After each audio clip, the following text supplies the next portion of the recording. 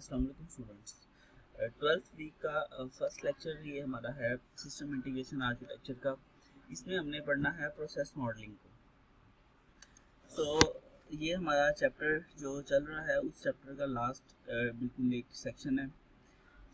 पहला इसमें टॉपिक हमारे पास आता है difference between functions, activities and processes. Functions, activities और प्रोसेसेस में क्या फ़र्क होता है। इस डायग्राम से, ये हमने वो डायग्राम है जो हमने पहले भी कुछ लेक्चर्स में स्टडी की हुई है। तो इसमें आप ये देख सकते हैं कि functional areas are used to manage related functions within enterprise. किसी भी एंटरप्राइज के अंदर जो फंक्शनल एरियाज होते हैं वो इस्तेमाल किए जाते हैं मैनेज करने के लिए जो रिलेटेड फंक्शंस होते हैं। और जो प्रोसेसेस होते हैं are contained in business functions, और जो प्रोसेसेस होते हैं उसके अंदर एक या एक से ज़्यादा एक्टिविटीज़ होती हैं। ये डायग्राम आपको ये कंसेप्ट ज़्यादा क्लियर करेगी कि आप देखेंगे आपके पास ये बिजनेस फंक्शंस है। किसी भी एंटरप्राइज के अंदर ये बिजनेस फंक्शंस आपको दो नज़र आ रहे हैं, बिजनेस फंक्शन ए और बिजनेस फंक्शन बी। अब इन बिजनेस फंक्शंस के अंदर आपको डिफरेंट एक्टिविटीज़ नज़र आ रही हैं, activity A1, activity A2, activity B1, activity B2 और एक्टिविटी B3। और इनमें से कुछ एक्टिविटीज़ ऐसी हैं जो बिजनेस फंक्शन ए के अंदर भी आती हैं और बिजनेस फंक्शन बी के अंदर भी आती हैं, जो है एक्टिविटी B1।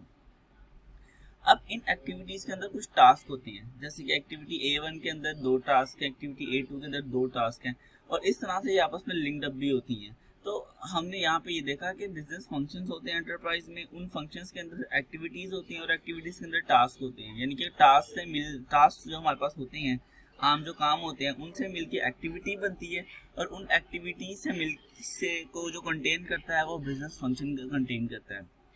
अच्छा, उसके बाद आता है relationship between activity modelling and process modelling, कि एक्टिविटी मॉडलिंग और प्रोसेस मॉडलिंग में क्या रिलेशनशिप होता है। So it is important now to discuss how activity models and process models are related. अब एक पिक्चर्स डायग्राम से इसको हम देखेंगे। इस डायग्राम जो आपको मैं इस वक्त दिखा रहा हूँ 10.27 बुक से ली गई डायग्राम है। इसके दो पार्ट्स हैं। एक पार्ट है यहाँ तक जो आपको ये लाइन नज़र आ रही है, हॉरिजॉन्टल लाइन। एक पार्ट इसका अपर पार्ट है और एक इसका लोअर पार्ट है।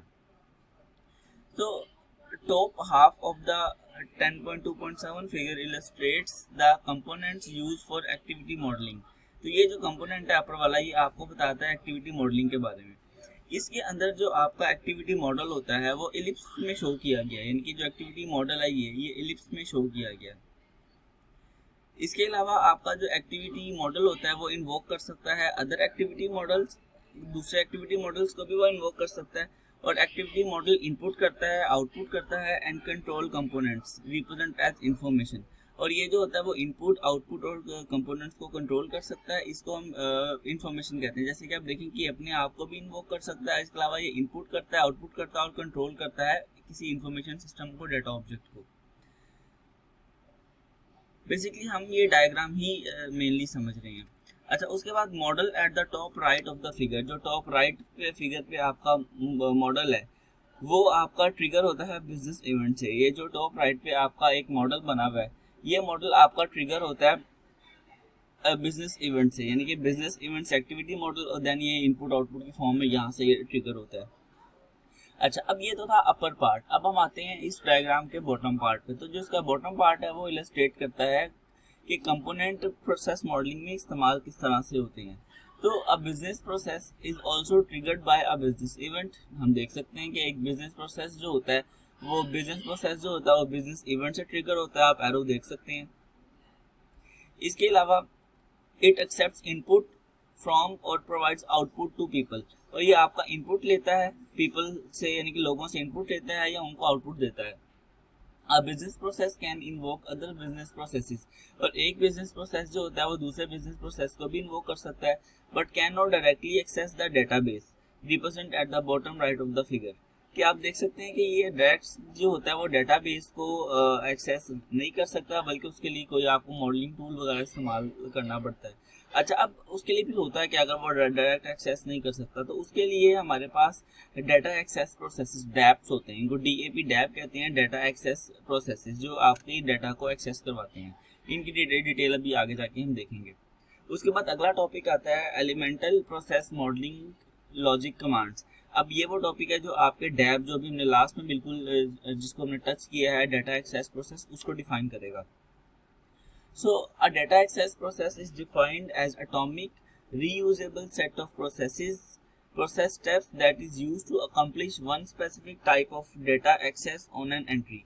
So data access process जो DAP होता है वो एक atomic और reusable set of processes होता है, process steps होता है जो इस्तेमाल होता है एक या एक से ज़्यादा तरह की चीज़ों को एक्सेस करने के लिए। और इसके अंदर जो आपके रेफरेंशियल इंटेग्रिटी के रूल्स होते हैं वो इन्फोर्स किए जाते हैं, जैसे कि आपका जो प्राइमरी फॉरेन के जो रेफरेंशियल इंटेग्रिटी का रूल होता है वो इसके अंदर इन्फोर्स किया जाता है। अब जो डैप होता है वो डाटा पास करता है between business processes and the data model, और it can be initiated by the either a business process or another dap. ये आप बिजनेस प्रोसेस से भी इनिशिएट होता है या किसी और डाटा एक्सेस प्रोसेस से भी ये इनिशिएट हो सकता है, और ये इन्फोर्स करता है डाटा इंटेग्रिटी के रूल, यानी कि जो complete data integrity referential integrity के रूल्स है ना वो इसमें इन्फोर्स किए जाते हैं। अब चार तरह की कमांड्स होती हैं, क्योंकि ये टॉपिक ही हम देख रहे थे elemental process modelling logic commands, तो इसके अंदर चार तरह की कमांड्स होती हैं, चार group of command process steps होते हैं। एक होती है external interface command, data access command, invocation command और डिसीजन कमांड्स। ये चार तरह की टाइप्स हैं और इन चारों टाइप्स में मिला के टोटल हमारे पास 11 कमांड्स बनती हैं। तो पहला हम देखते हैं जो हमारे पास फर्स्ट आता है एक्सटर्नल इंटरफेस कमांड। तो एक्सटर्नल इंटरफेस कमांड में तीन तरह की कमांड होती है, एक्सेप्ट, प्रेजेंट और चूज। एक्सेप्ट जो होता है वो इनपुट करता है किसी भी प्रोसेस की। This input can be from a computer terminal और सम अदर एक्सटर्नल डिवाइस, यानी कि जो एक्सेप्ट होता है ये आपका नाम से ही शो हो रहा है कि एक्सेप्ट करता है, तो ये इनपुट लेने के लिए इस्तेमाल होता है। और वो इनपुट आप जो कंप्यूटर टर्मिनल होता है आप उससे भी ले सकते हैं, जो कमांड प्रॉम्प्ट होता है, या किसी और एक्सटर्नल डिवाइस से भी आपकी इनपुट आ सकती है। प्रेजेंट का मतलब भी होता है कि प्रेजेंट करना, यानी कि आउटपुट करना। So it provides output from a process. This output can be to a computer terminal और सम एक्सटर्नल डिवाइस। इसी तरह से जैसे हम इनपुट किसी भी सोर्स से ले सकते हैं, हम आउटपुट भी किसी भी सोर्स को दे सकते हैं, लाइक वो कंप्यूटर टर्मिनल को भी दे सकते हैं या एक्सटर्नल डिवाइस को भी दे सकते हैं। चूज होता है it provides output to and accept input from a process. ये वो चीज़ होती है, जो कमांड होती है जो आपकी इनपुट देती है, इनपुट लेती है या आउटपुट आपकी प्रोवाइड करती है। और ये इनपुट आउटपुट जो होता है वो किसी भी सोर्स से आ सकती है या जा सकती है, आउटपुट कंप्यूटर टर्मिनल या सम अदर एक्सटर्नल डिवाइस। इसके बाद हमारे पास जो दूसरी कमांड की टाइप्स आती हैं data access command. There are 4 data access commands, create, read, update, delete. इसको हम बड़े अच्छे तरीके से जानते हैं, ये वही है जो हमारे CRUD ऑपरेशन होते हैं, यानी कि CRUD, ये CRUD होता है। तो ये डाटा एक्सेस कमांड होती है कि जिसमें क्रिएट में हम किसी भी एंटिटी की अकरेंस को क्रिएट करते हैं, रीड के अंदर हम किसी भी डाटा को रीड करते हैं, अपडेट के अंदर जब हमने किसी पहले भी जो चीज़ है उसमें अपडेट करनी होती है उसको करते हैं, और डिलीट उस वक्त जब हमने किसी भी एंटिटी की अकरेंस को डिलीट करना होता है। अब ये बिल्कुल वही है जैसे कि हम डेटाबेस में टेबल क्रिएट करते हैं या उसमें हम रीड करते हैं, अपडेट करते हैं, इंसर्ट करते हैं, डिलीट करते हैं, ये वो सारी कमांड्स यहाँ पर यूज होती हैं। उसके बाद आती है इन्वोकेशन कमांड। अब इन्वोकेशन कमांड जो होती है ना वो एक ही कमांड होती है डू की।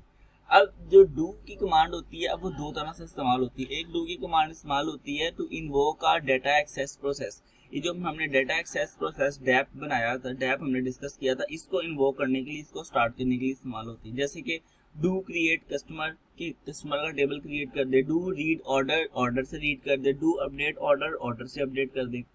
इसी तरह से ये बिजनेस प्रोसेस को भी इन्वोक करने के लिए इस्तेमाल होती है। जो बिजनेस प्रोसेस है यानी कि डाटा को ऐड करना है, डाटा को डिलीट करना है, अपडेट करना है, उसके लिए भी इस्तेमाल होती है। जैसे कि do add new customer, do retrieve customer order, do update customer order, तो इसके लिए भी इस्तेमाल होती है।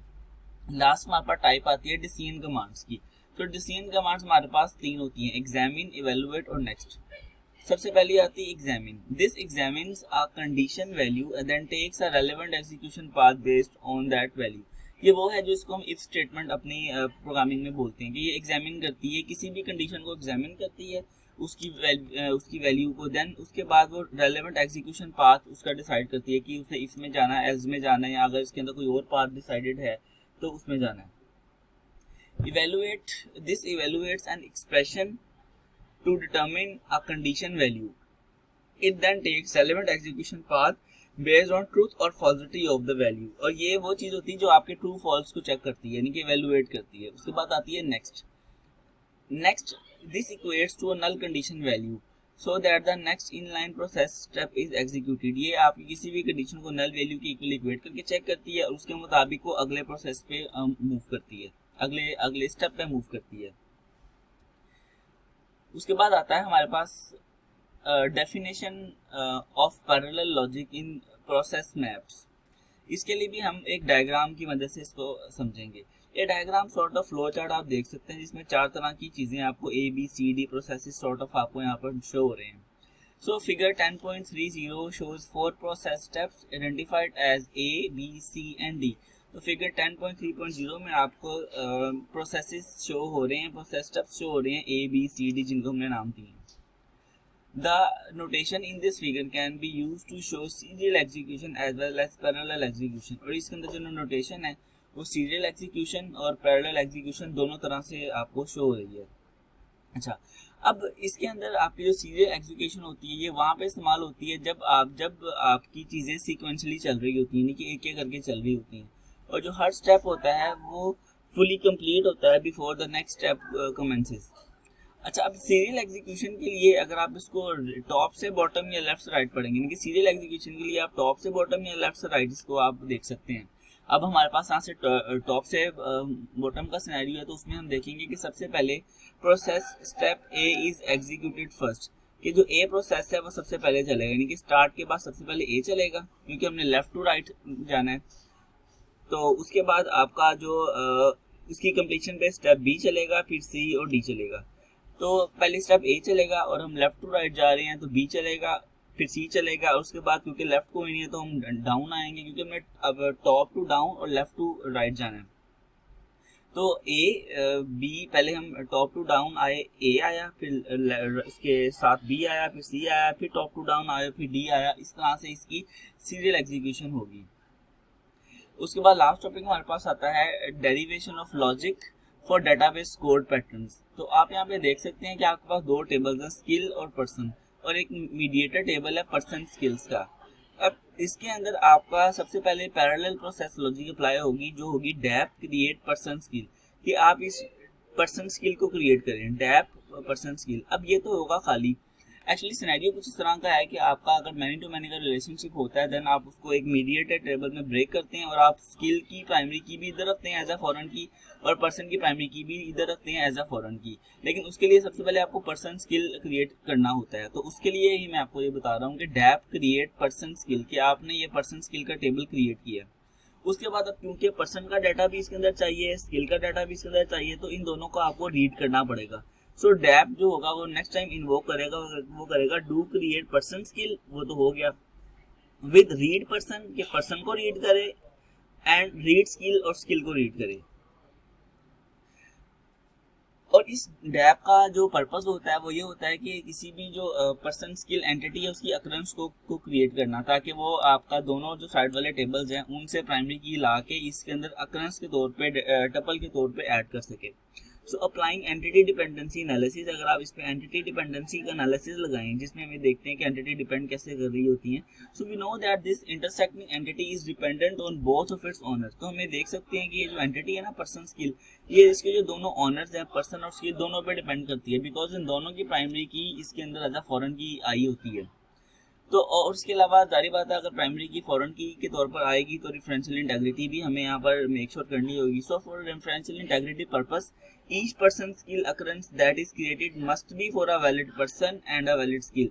तो इसका मतलब कि आपकी जो भी इसमें रेफरेंशियल इंटेग्रिटी का रूल है उसके मुताबिक जो भी पर्सन स्किल में डाटा होगा वो आपका पर्सन से कॉरेस्पॉन्ड होना चाहिए और स्किल से कॉरेस्पॉन्ड होना चाहिए, यानी कि पर्सन और स्किल से के अंदर वो डाटा होना चाहिए जो आप पर्सन स्किल के अंदर ले रहे हैं। तो ये आपको जो अकरेंस होती है ना ये वैलिड होनी चाहिए, इसके अंदर जो भी अकरेंस है वो पर्सन के लिए भी और पर्सन के लिए भी और स्किल के लिए भी। सो इस तरह से आपका ये जो टॉपिक है और ये जो चैप्टर है ये क्लोज होता है।